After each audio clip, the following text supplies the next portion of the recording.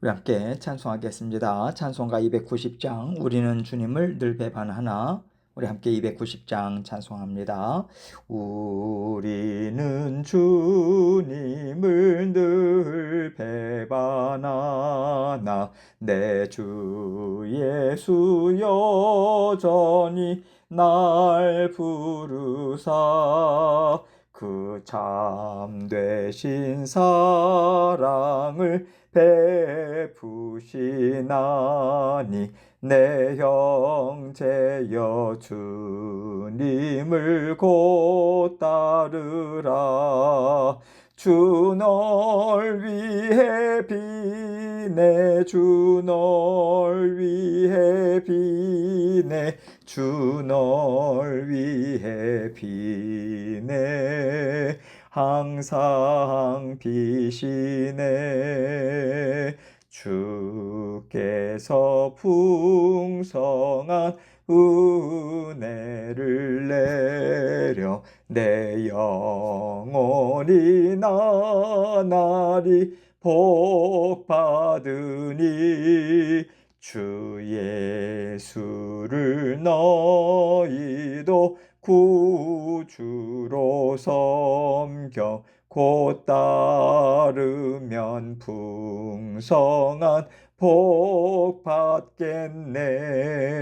주 널 위해 비네 주 널 위해 비네 주 널 위해 비네 항상 비시네.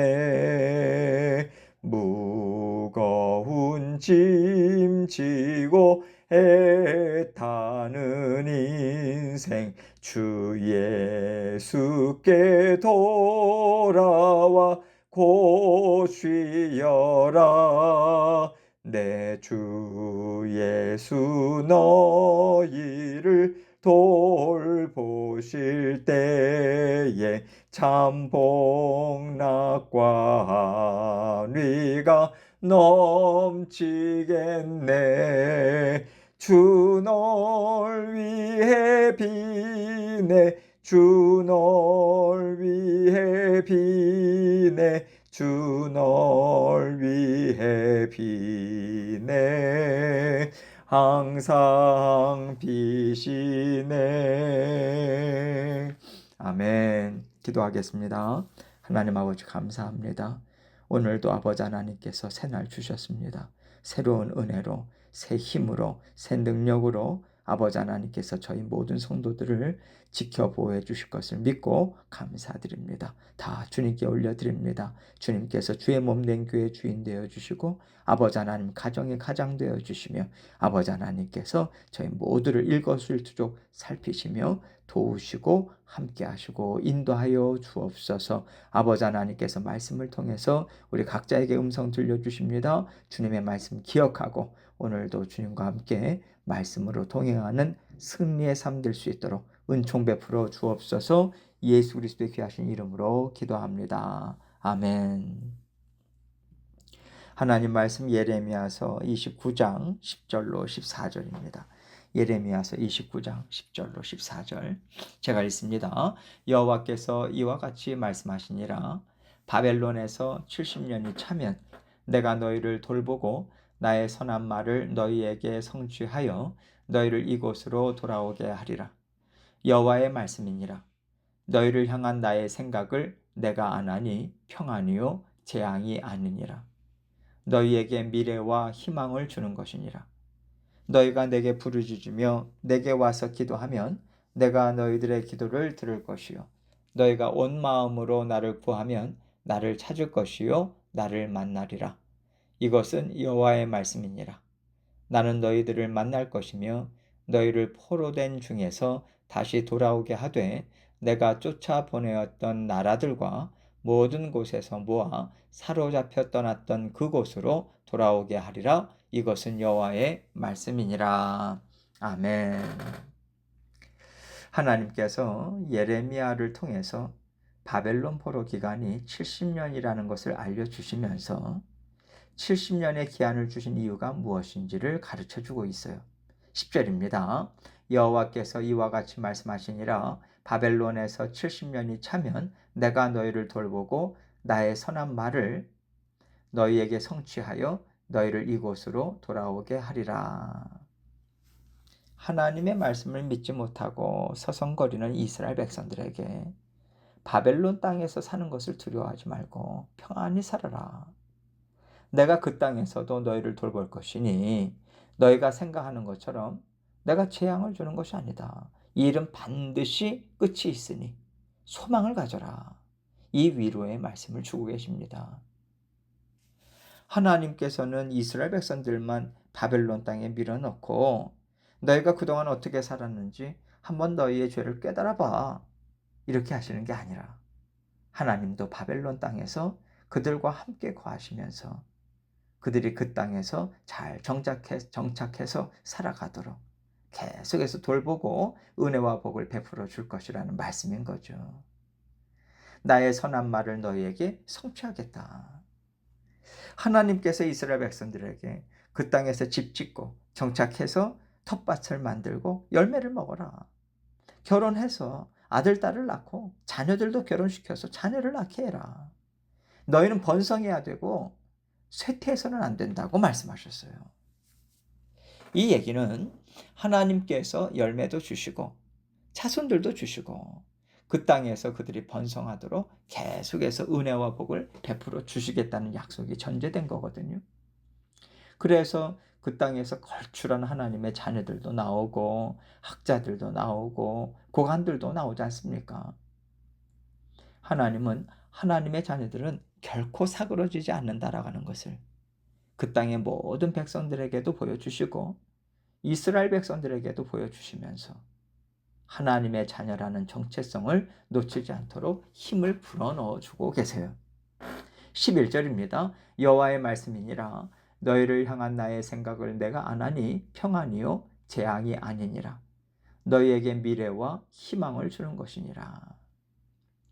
여호와의 말씀이니라 라는 것은 나는 너희를 사랑해서 끝까지 돌보는 너희의 부모요 너희의 생명의 주인된 하나님이다. 그러니 내 말을 믿고 평안해라. 안심해라. 이 의미가 담겨 있어요. 지금까지 이스라엘 백성들은 육신의 즐거움만 찾으면서 살았잖아요. 어떻게 하나님의 자녀들이 세상에서 육신의 즐거움과 정욕만 채우면서 살겠어요? 이것은 하나님이 아브라함의 자손이 되게 하신 이유와 목적을 완전히 망각하고 사는 것이니 부모된 입장에서 어떻게 자녀에게 매를 들지 않을 수가 있겠습니까? 그리고 어떤 부모가 버릇을 고치겠다고 죽이기까지 하겠어요? 결국 하나님께서 이 고통과 어려움을 주시는 것은 이스라엘 백성들에게 좋은 미래와 참된 희망을 갖게 하기 위해서인 거죠.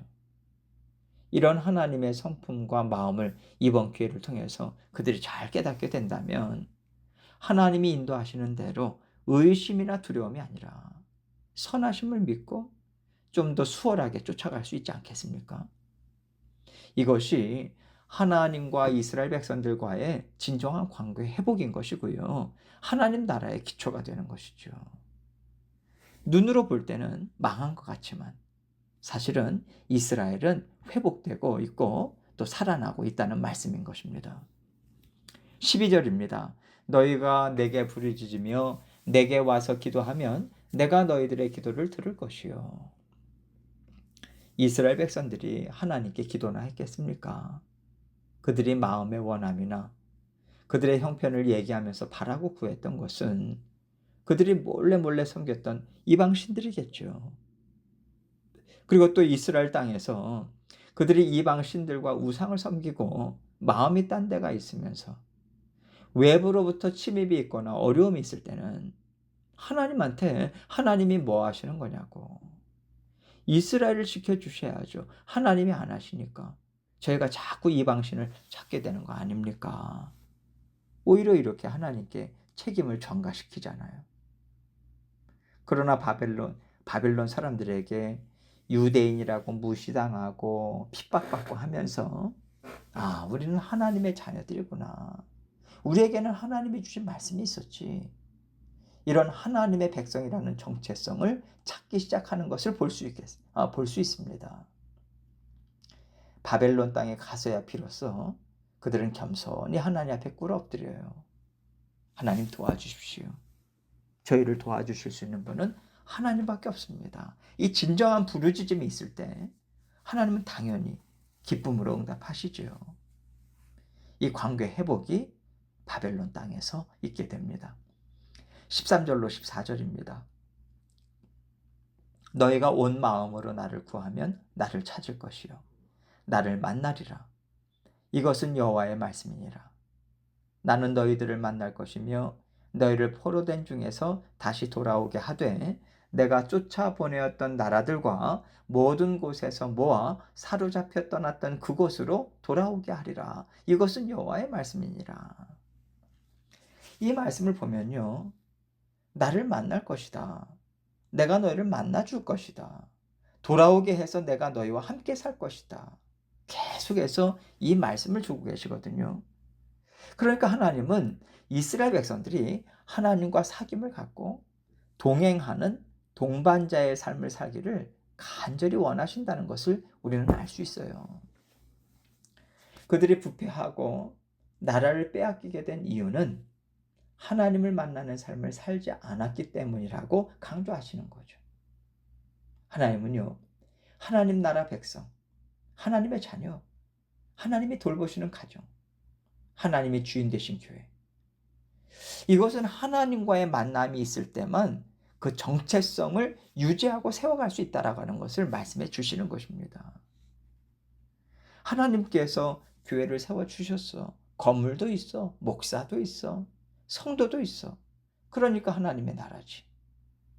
그게 아니라는 거예요. 이스라엘 백성들이 이것만 붙잡고 있으니까 하나님께서 땅도 뺏어요. 제사장이고 왕이고 할 것 없이 다 흩어지게 하십니다. 백성들도 그 땅에 남아있지 않게 하세요. 그러면 하나님의 나라는 망했네요. 하나님은 그게 아니라고 하시는 거죠. 하나님께서는 바벨론 땅에서 그들과의 만남을 통해서 하나님 나라를 다시 세우고 계신다라고 하는 것을 말씀해 주고 계신 것입니다. 우리가 하나님과의 만남을 귀하게 여기고 하나님을 믿고 의지하는 마음으로 살아가고자 했을 때 우리의 상황은 그렇게 중요하지 않다는 거예요. 하나님께서 다 다스리셔서 우리에게 선한 열매를 주는 좋은 바탕으로 터전으로 다 사용하시기 때문에 반드시 회복이 있고 열매를 거두게 하시는 때가 있다는 것을 알고 살라는 말씀입니다. 우리는 지금까지 무엇을 붙잡고 살았을까요? 우리 교회 위치 참 좋아. 교회 건물도 있어. 안 될 수가 없지. 저는 이런 말을 참 많이 들었어요. 하나님께서 주인 되신 교회는 건물도 사람 숫자도 아닙니다.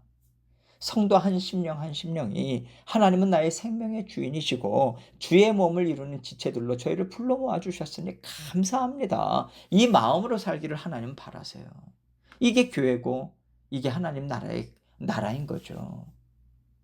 그런데 어느새 우리가 하나님 나라를 세상의 기준으로 끌어당겨서 이거 있고 이거 있으면 교회다, 하나님 나라다, 이렇게 잘못된 생각을 갖고 살았다면 하나님께서 우리의 생각과 믿음을 고치고 깨끗게 하시는 일을 안 하실 수가 없는 겁니다.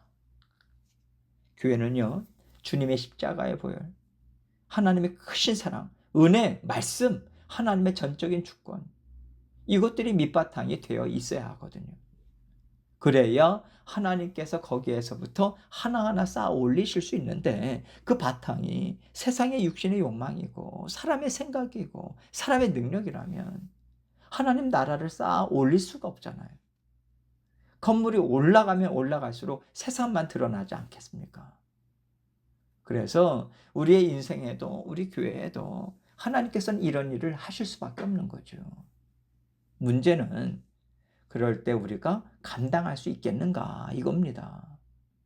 이것이 재앙이라고 하면서 세상을 찾아가고 세상의 방법으로 교회와 가정을 세우려고 발버둥 치겠냐는 거예요. 하나님은 세상의 방법 포기해라. 내가 너희의 주인됨을 알고 전폭적으로 꿇어 엎드리라는 것입니다.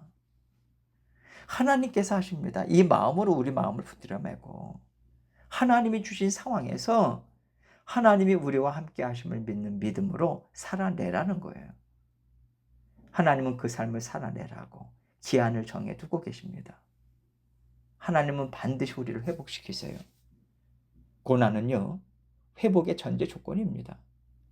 그래서 우리에게 고난을 주셨다면 회복의 때는 반드시 있고, 그 고난을 지나오면서 하나님과 긴밀한 관계를 갖고 살아온 모든 시간들을 하나님은 다 세워보시고요, 우리에게 열매로 베풀어 주세요. 그래서 이 고난의 시간은 시간을 낭비하는 것도 아니고 그냥 허죽대면서 사는 것도 아니에요. 이 시간을 하나님 앞에서 살아내려고 감사하고 만족하고 기뻐하고 하나님의 주권을 인정하고 찬양하고 성도들과 피차 순종하고 사랑하고자 애쓴 모든 것들을 하나님께서 다 세어서 열매로 우리에게 갚아주시는 시간입니다. 하나님은 이런 뜻으로 오늘 말씀을 이스라엘 백성들에게도 주시는 것이고 지금 우리에게도 주고 계시는 것입니다. 하나님은요, 고난의 시간에도 우리와 함께 통과하고 계세요. 우리의 필요를 채우시면서 이끌어가고 계십니다. 우리가 열심히 하나님을 사랑하고 기뻐하고 하나님의 주권을 인정하면서 살아갈 때 하나님께서 기쁨도 주시고 감당할 힘도 주시고 하나님이 우리와 함께하고 계시다는 것을 맛보아 알게 하십니다. 이 기쁨을 우리에게 주세요. 우리는 고난 중에도 하나님께서 우리와 함께 하신다는 기쁨을 누릴 수 있습니다. 고난이라고 겁내지 마시고 포기하지 마시고 더 하나님을 찾고 구하고 부르짖고 하나님이 주시는 은혜에 집중하고 하나님과 하나 되어서 살아가시면 이 시간에 우리 교회를 돌보시고 우리 가정을 돌보시는 하나님의 손길을 더 많이 맛볼 수 있습니다. 이스라엘 백성들이 바벨론 포로 생활에서 믿음으로 뚫고 나가듯이 우리 또한 믿음으로 뚫고 나가면 반드시 하나님께서 놀라운 역사를 베풀어 주세요. 그날까지 하나님과 함께 힘있게 전진해 나가시는 저와 여러분이 되시기를 주님의 이름으로 축원합니다. 함께 기도합니다. 기도하실 때 오늘 말씀 생각하시면서요, 우리가 어떠한 상황이 있든지 하나님의 사랑에서 끊을 자 없습니다. 하나님께서 지켜주시는 그 은혜로 오늘도 살겠습니다. 그 고백, 그 감사 하나님께 올려드리고 각자 기도 제목 가지고 또 주님께 나아가도록 하겠습니다. 기도하시겠습니다.